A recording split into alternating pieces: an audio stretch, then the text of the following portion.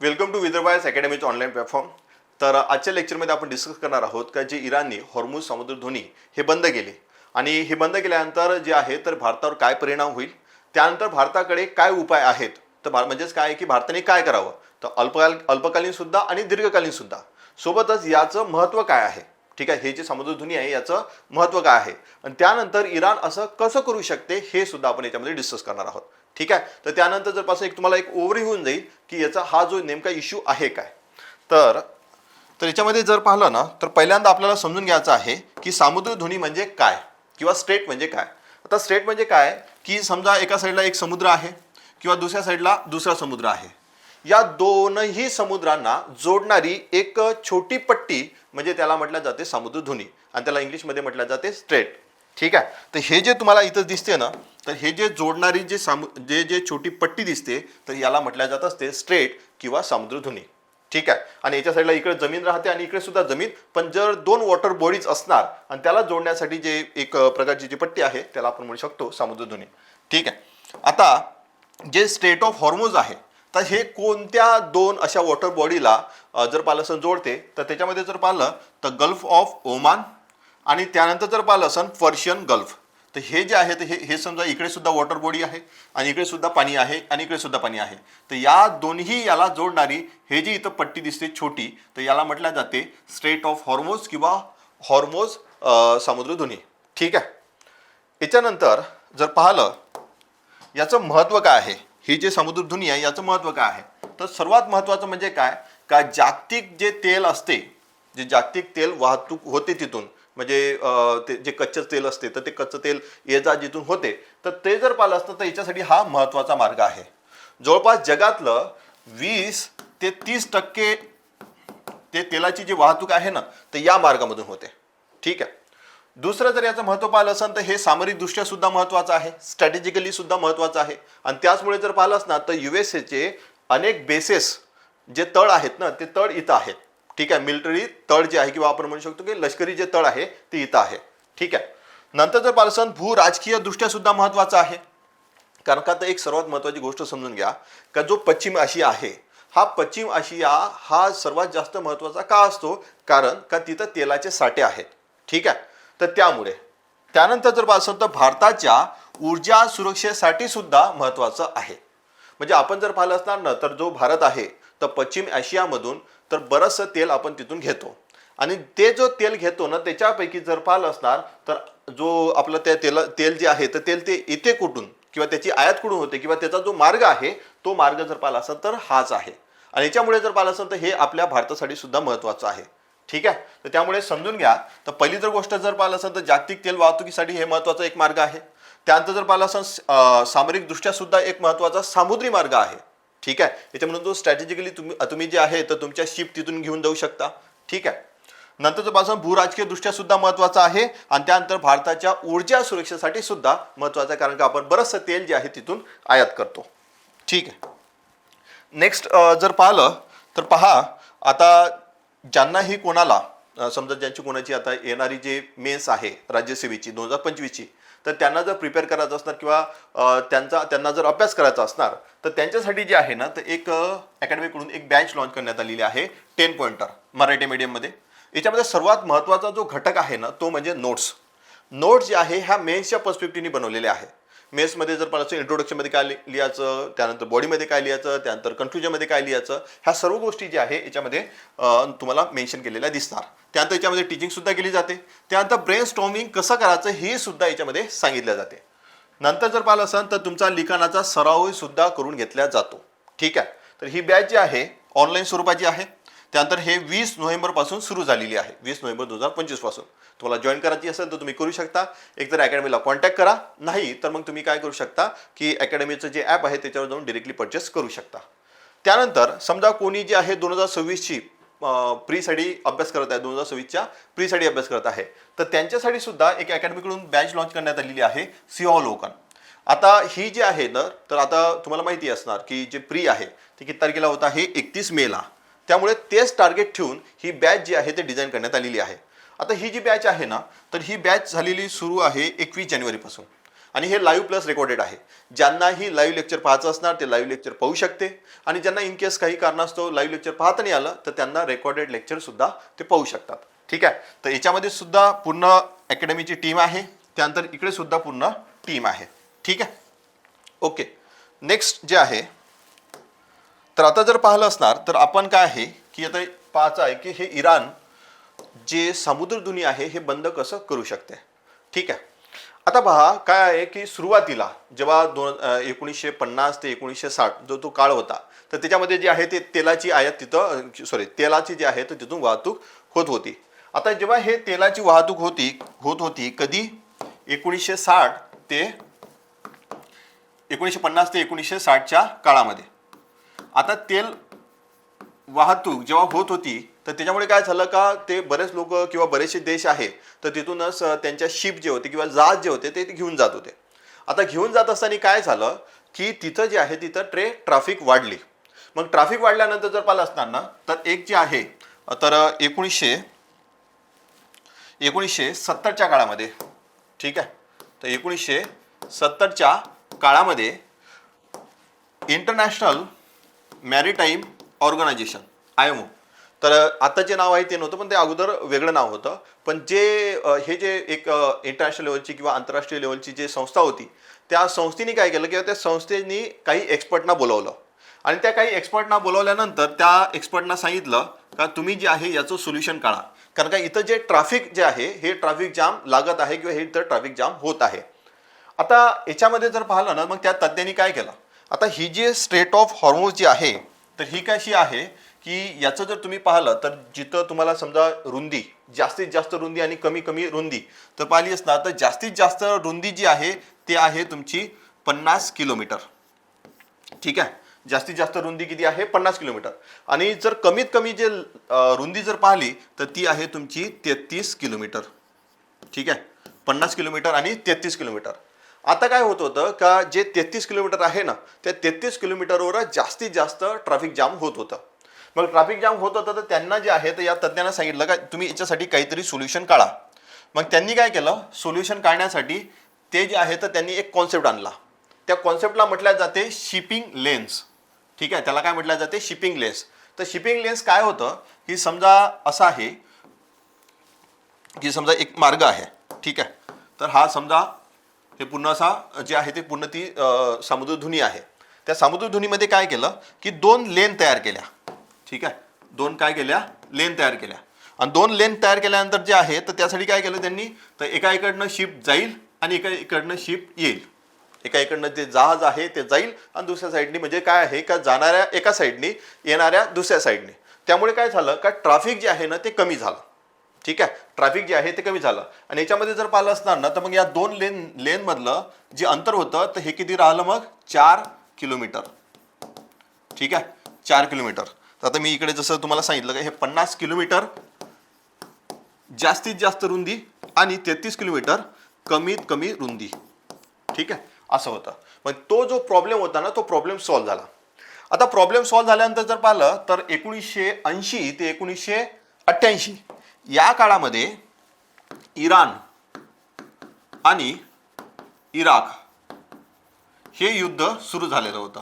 म्हणजे हे जे युद्ध आहे ना तर या काळामध्ये 8 वर्षासाठी हे युद्ध सुरू होतं आणि हे युद्ध जर पाहिलं असेल तर इराकनी आणि इराणनी लढलेलं होतं. पण ॲक्च्युली जर पाहिलं असणार तर त्याच्यामध्ये सर्वात जास्त महत्त्वाचा जो रोल होता तो होता अमेरिकेचा.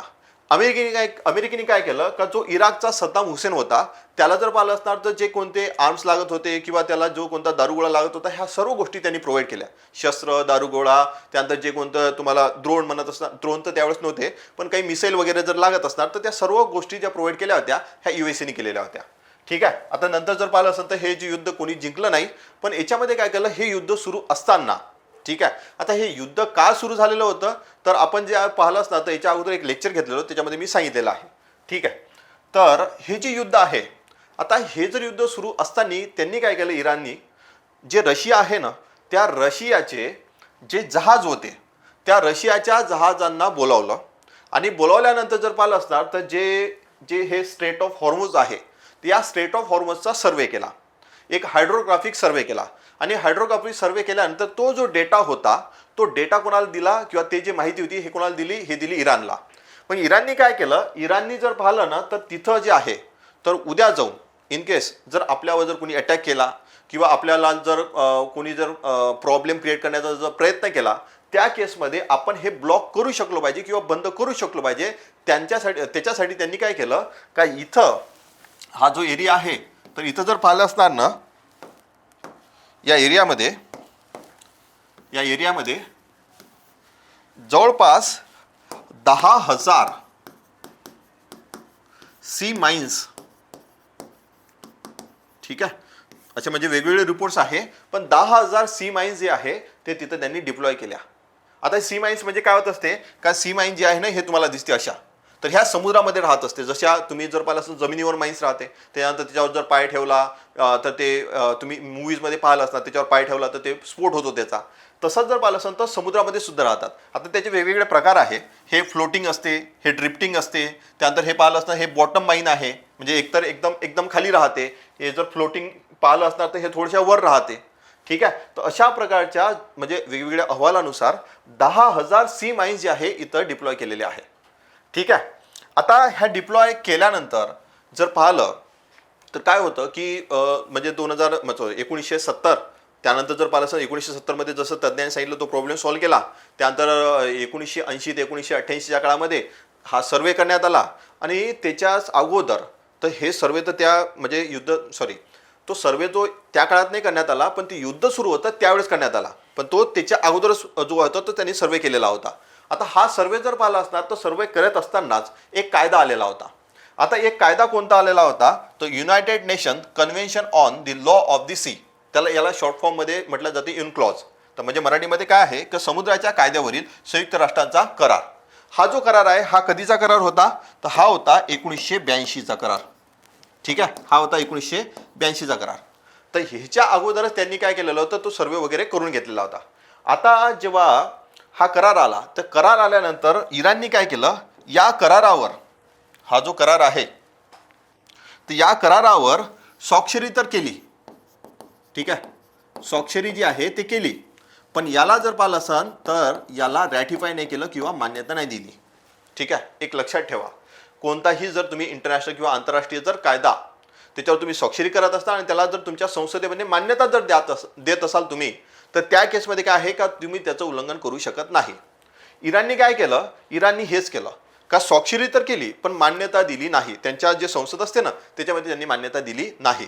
तर मान्यता का नाही दिली, कारण काय याच्यासाठीच का उद्या जाऊन, कारण का काय आहे का हा जो कायदा आहे ना किंवा हा जो करार होता, हा करारानुसार जर तुम्ही स्वाक्षरी केली आणि त्यानंतर जर पाहिलं असणार तुम्ही त्याच्यावर मान्यता दिली, तर तुम्ही काय करणार का जे इतर देश असतात आणि इतर देशांना ज्या तुमच्याकडे जे कोणती वॉटर बॉडीज असणार त्या वॉटर बॉडीजमधून तुम्ही त्यांना फ्री पॅसेज, ठीक आहे, फ्री पॅसेज म्हणजेच काय आहे का तुम्ही त्यांना अडवू शकणार नाही, ठीक आहे. म्हणून काय केलं त्यांनी स्वाक्षरी केली पण मान्यता नाही दिली, कारण का त्यांना असं माहिती होतं की इन केस जर आपण असं जर केलं तर आपल्याकडे एक प्रेशराईज करण्यासाठी एक कोणतंही साधन राहणार नाही. म्हणूनच काय आहे का आता जेव्हा त्यांनी ब्लॉक केलं ना, तर ब्लॉक केल्यानंतर काय झालं, तर ब्लॉक केल्यानंतर असं झालेलं आहे का ह्या त्यांच्याकडे माइन्स त्यांनी जे आहे तिथं डिप्लॉय केलेले आहे. आता ह्या माइन्स तिथं डिप्लॉय केल्यानंतर काय होते का उद्या जाऊन आता त्यांनी म्हटलं आहे का इथं बंद, इथं जे आहे इथून कोणी ये जा करणार नाही. आणि ये जा करणार नाही तर त्याच्यामध्ये जर पाहिलं तर जर कोणी इथून ये जा केलं तर आम्ही जे आहे तर म्हणजे अशी धमकी देत आहे का त्यांचं नुकसान करू. आता नुकसान कसं होईल का, हे जे माइन आहे ना ह्या माइन जर पाहिलं त्याचा स्फोट होईल, स्फोट झाल्यानंतर त्याच्या वेव्स जे आहे त्या वेव्स फॉर्म होईल आणि त्याच्यामधून गॅस बबल जर पाहिलं असेल तर गॅस बबल जे आहे तिथून जनरेट होऊन जाईल.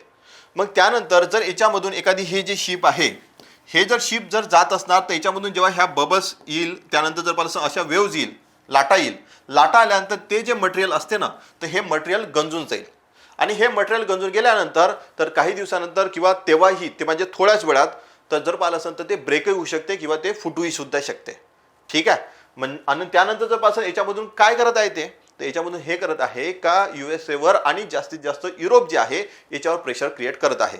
आता त्याच्यावर प्रेशर कसं क्रिएट करत आहे, पहिली तर गोष्ट तिथून जे आहे, जसं आपण पाहिलं का महत्त्व काय आहे त्याचं, कारण की तिथून तेलाचा जे आहे तेलाची वाहतूक तिथून जास्त जास्त होते, तर ते त्यांनी ब्लॉक केलं.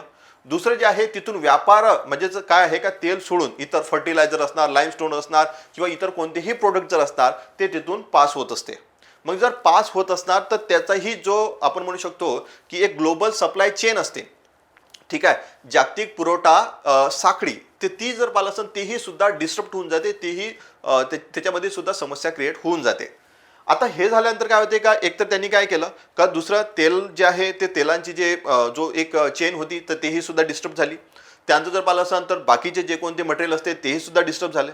तर त्याच्यामुळे जर पाहिलं असणार तर तेलाचं जेव्हा डिस्टर्ब झालं तर त्यामुळे काय होते का महागाई वाढू शकते, ठीक आहे. दुसरी गोष्ट काय होऊ शकते का याच्यामुळे बाकीच्या गोष्टीच्या सुद्धा भाव वाढू शकते.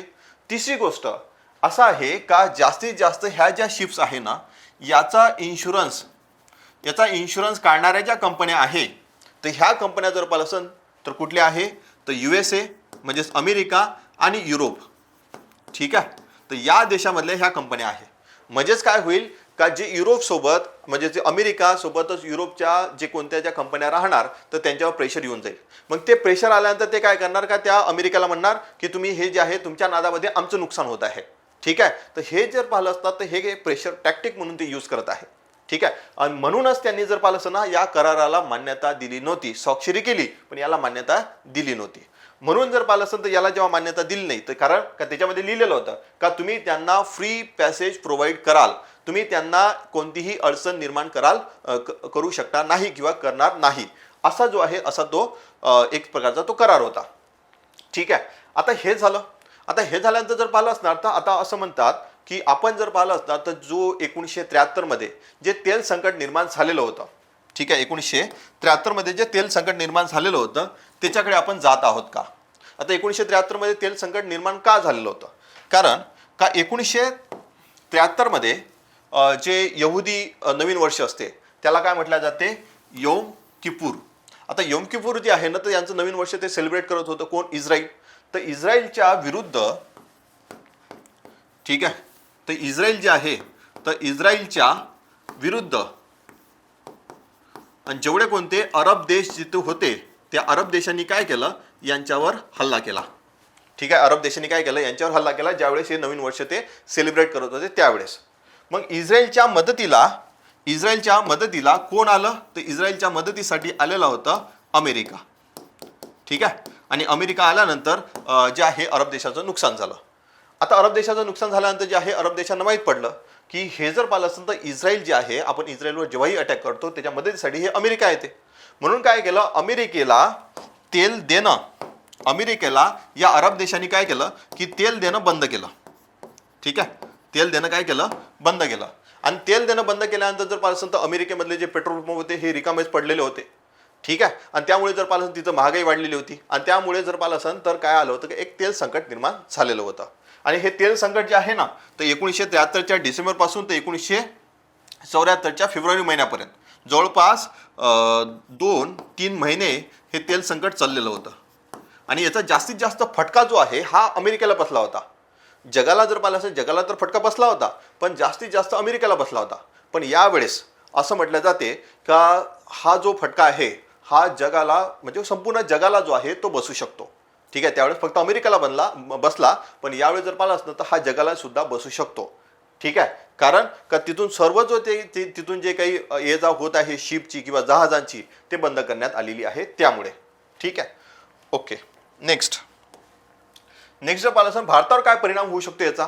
आता भारतावर जर पाहिलं तर भारताचं जे आहे जास्तीत जास्त ऊर्जा सुरक्षेवर आपल्या परिणाम होईल. तर कसा होईल, कारण का आपण तेल जे आहे ना तिथून आयात करतो आणि तेल जेव्हा आयात करतो तर त्यांनी ते बंद केलं, मग शिपच नाही येणार, तुमच्याकडे तेलच नाही येणार, तर मग कसं काय तुम्ही जे कच्चं तेल असते तेच तुमच्याकडे येणार नाही, तर तुमच्याकडली जे काही मागणी असणार जे काही डिमांड असणार ते कशी तुम्ही पूर्ण करू शकाल, ठीक आहे. हा एक पहिला प्रॉब्लेम क्रिएट होऊन जाईल. त्यानंतर काय आहे का याच्यामुळे काय होईल का कच्च्या तेलाच्या किमतीत वाढ होऊन जाईल, ठीक आहे. नंतर जर पाहिलं कच्च्या तेलाच्या किमतीत जर वाढ झाली तर म्हणजेच काय आहे का त्याचा ऑटोमॅटिकली जर पाहिलं असणार तर हे जे आहे तर तुमची महागाई सुद्धा वाढून जाईल. त्यानंतर तुमच्या व्यापारावर सुद्धा परिणाम होईल, कारण का फक्त तुम्ही जर पाहिलं असेल तुम्ही जे व्यापार करता म्हणजे तुम्ही म्हणजे काय भारत जो व्यापार करतो तर भारत जर कोणासोबत समजा युरोपचे देश आहे, ठीक आहे. त्यानंतर समजा तिकडे जेवढे कोणते युरोपचे देश आहे किंवा बाकीचे सुद्धा जर पश्चिम आशियामधले जे काही देश आहे त्यांच्यासोबत जो व्यापार करते ना, तर ते व्यापार करत असताना ते जहाज जे आहे तिथूनच जाते. ठीक आहे. तर त्याच्यामुळे जर पाहिलं असेल तर व्यापारावर सुद्धा परिणाम होईल. आणि व्यापारावर परिणाम होईल तर याचं काय होणार, एक तर जे आहे तिथं जे डिलिव्हरी द्यायची आहे तर त्याच्यामध्ये डिले होऊन जाईल. ठीक आहे. जे तिथपर्यंत सामान पोहोचायला पाहिजे ते पोहोचण्यासाठी जर पाहिलं असेल तर त्याच्यामध्ये विलंब होऊन जाईल. ठीक आहे. तर त्यामुळे व्यापारावर सुद्धा तुमचा परिणाम होऊन जाईल. नंतर जर पाहिलं असेल चालू खात्याच्या तुटीवर सुद्धा परिणाम होईल. हे चालू खात्याची जे आहे करंट अकाउंट डेफिसिट हे सुद्धा तुमचं वाढू शकते. कारण काय, डिले होऊन जाईल. डिले झाल्यानंतर तुमच्या ट्रान्सपोर्टेशनचा खर्च वाढून जाईल आणि त्याच्यामुळे जर पासून बाकीचा खर्च ऑटोमॅटिकली वाढतच जातो. ठीक आहे. तर त्यामुळे काय आहे काय याच्यावर सुद्धा तुमचा जो आहे तो परिणाम होईल. त्यानंतर भारतीय प्रवासी म्हणजे याच्यामध्ये जर पाहिलं ना तर या 8 ते 9 मिलियन भारतीय प्रवासी जे आहे तिथं राहतात, जॉब करतात, म्हणजे तिथं जे आहे त्यांना रोजगार मिळते. आता काय आहे का त्यांचा रोजगार, ठीक आहे, त्यानंतर त्यांच्या रोजगारावर परिणाम होईल.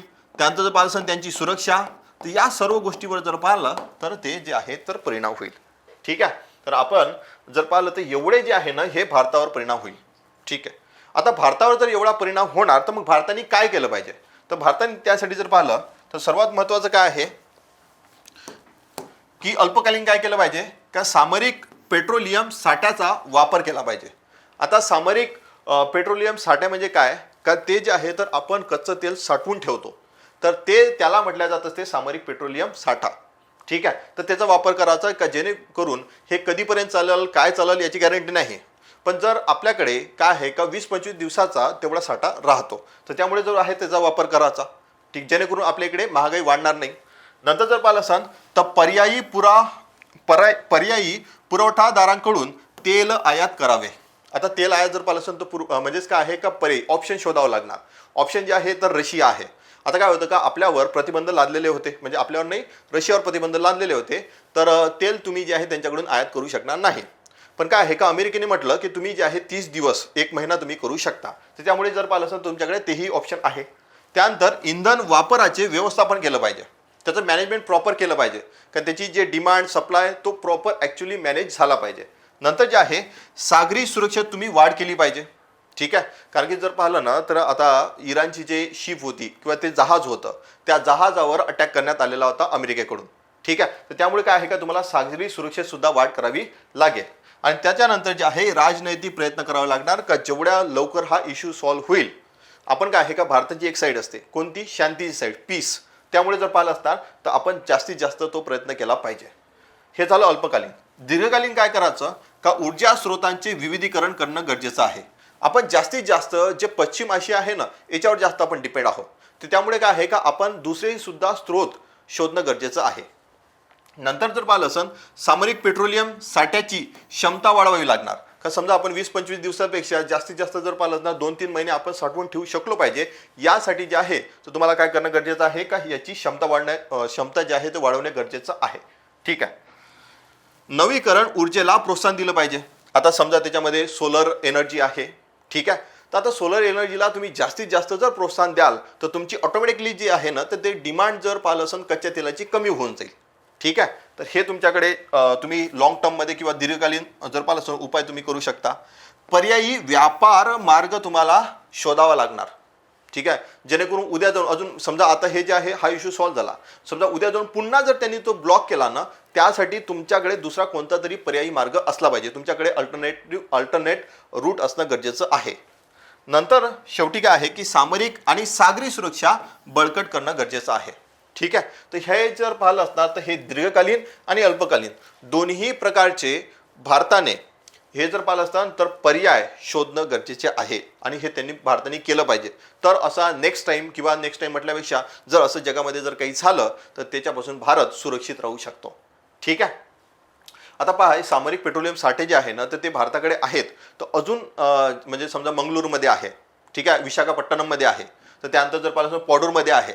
तर हे जर पाहिलं असेल तर ते तुम्हाला काय करायचं आहे का त्याचं क्षमता वाढवणे गरजेचं आहे किंवा अजून नवीन ठिकाणी तुम्हाला ते निर्माण करणं गरजेचं आहे. ठीक आहे. तर हे सर्व झालं याच्याबद्दलचं आपल्या भारताने काय करावं त्याबद्दलचं. ठीक आहे. सो आय होप आपण सर्व जे काही डिस्कस केलेलं आहे ना, समजा त्याचं महत्त्व डिस्कस केलं, त्यानंतर हे इराण कसं करू शकते तेही सुद्धा आपण डिस्कस केलं, आणि त्यानंतर जे आहे त्याचे परिणाम काय होईल ते सुद्धा आपण डिस्कस केलं, आणि सोबतच भारताने काय केलं पाहिजे तेही सुद्धा आपण डिस्कस केलं.